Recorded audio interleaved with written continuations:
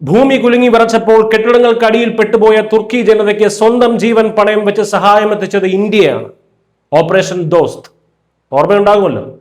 പക്ഷെ ആ ചോരപ്പാടുകൾ മായും മുൻപേ തുർക്കി ചെയ്തത് കൊടും വഞ്ചനയാണ്. പാകിസ്ഥാന് ഇന്ത്യയെ ആക്രമിക്കാൻ ഡ്രോണുകളും ആയുധങ്ങളും നൽകി പിന്നിൽ നിന്ന് കുത്തിയ തുർക്കിക്ക് ഇന്ത്യ നൽകുന്ന മറുപടി ഇതാ തുടങ്ങിക്കഴിഞ്ഞു. വിറയ്ക്കുന്നത് തുർക്കിയാണ്, പക്ഷേ റിമോട്ട് കൺട്രോൾ ഇന്ത്യയുടെ കയ്യിലാണ്.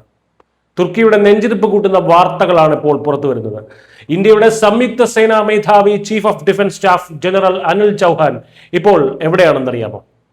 തുർക്കിയുടെ ബദ്ധശത്രുവായ അർമേനിയയിൽ. വെറുതെ ഒരു സന്ദർശനത്തിനല്ല അദ്ദേഹം അവിടെ പോയത്. അർമേനിയയുടെ അതിർത്തിയിൽ തുർക്കിയുടെ സഖ്യകക്ഷിയായ അസർബൈജാനെതിരെ ഇന്ത്യ നൽകിയ കരുത്തുറ്റ പിനാക്ക മൾട്ടി ബാരൽ റോക്കറ്റ് ലോഞ്ചറുകൾ വിന്യസിച്ചിരിക്കുന്നത് നേരിട്ട് കണ്ട് വിലയിരുത്താനാണ് അദ്ദേഹം എത്തിയത്. ഇന്ത്യ നൽകിയ പിനാക്ക മിസൈലുകൾ ഉപയോഗിച്ച് അർമേനിയ അസർബൈജാന്റെ സൈനിക നീക്കങ്ങളെ തവിടുപൊടിയാക്കുന്നത് കണ്ട് ജനറൽ അനിൽ ചൗഹാൻ സംതൃപ്തി രേഖപ്പെടുത്തിയിരിക്കുകയാണ്. അർമേനിയയുടെ മണ്ണിൽ നിന്ന് ഇന്ത്യൻ നിർമ്മിത ആയുധങ്ങൾ ഗർജിക്കുമ്പോൾ അത് ചെന്ന് തറയ്ക്കുന്നത് തുർക്കിയുടെ അഹങ്കാരത്തിന് തന്നെയാണ്. ഇതൊരു സാധാരണ നയതന്ത്ര നീക്കമല്ല, മറിച്ച് കൃത്യമായ കണക്ക് തീർക്കലാണ്. തുർക്കിയിൽ ഭൂകമ്പം ഉണ്ടായപ്പോൾ വസുദൈവ കുടുംബകം എന്ന ചിന്തയിൽ നമ്മൾ ഓടിയെത്തി അവിടെ.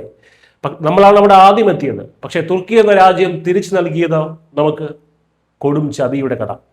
ഓപ്പറേഷൻ സിന്ദൂറിന്റെ സമയത്തും കാശ്മീർ വിഷയത്തിലും പാകിസ്ഥാനെ പാലൂട്ടി വളർത്തുന്ന നിലപാടാണ് തുർക്കി സ്വീകരിച്ചിട്ടുള്ളത്.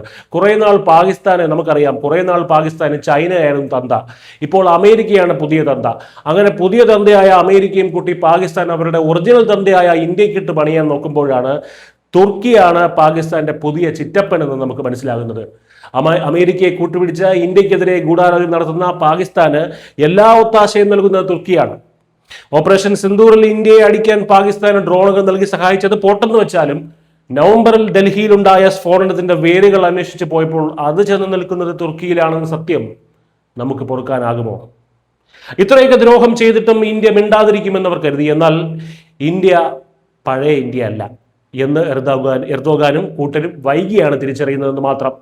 ശത്രുവിന്റെ ശത്രു മിത്രം എന്ന ചാണക്യതന്ത്രമാണ് ഇന്ത്യ ഇപ്പോൾ പയറ്റുന്നത്. തുർക്കിയെ ചുറ്റുമുള്ള രാജ്യങ്ങളെ ഉപയോഗിച്ച് വരിഞ്ഞു മുറുക്കുകയാണ് ഭാരതം.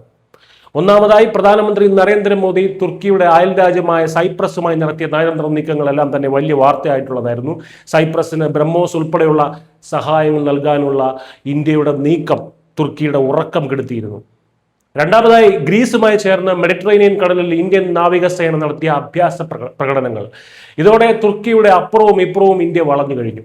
ഇതിനെല്ലാം ഒടുവിലായാണ് ഇപ്പോൾ അർമേനിയയിൽ പിനാക്ക മിസൈലുകൾ വിന്യസിച്ചിരിക്കുന്നത്.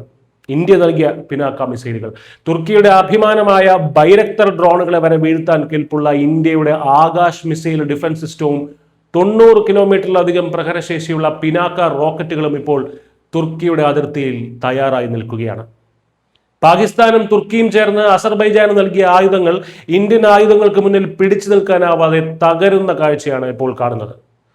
തുർക്കിയുടെ അതിർത്തിയിൽ നിന്ന് ഇന്ത്യൻ പ്രതിരോധ മേധാവി ആ കാഴ്ച കാണുമ്പോൾ അത് ന്യൂഡൽഹിയുടെ ഒരു മുന്നറിയിപ്പ് കൂടിയാണ്.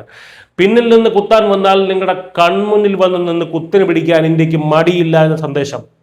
പാകിസ്ഥാനെ കൂട്ടുപിടിച്ച ഇന്ത്യക്കെതിരെ കളിക്കാൻ വന്നാൽ സ്വന്തം അതിർത്തിയിൽ ഇന്ത്യൻ മിസൈലുകൾ കാവൽ നിൽക്കുന്ന അവസ്ഥയുണ്ടാകുമെന്ന് തുർക്കി ഇനിയെങ്കിലും ഓർത്താൽ നന്ന്. News desk news India Malayalam.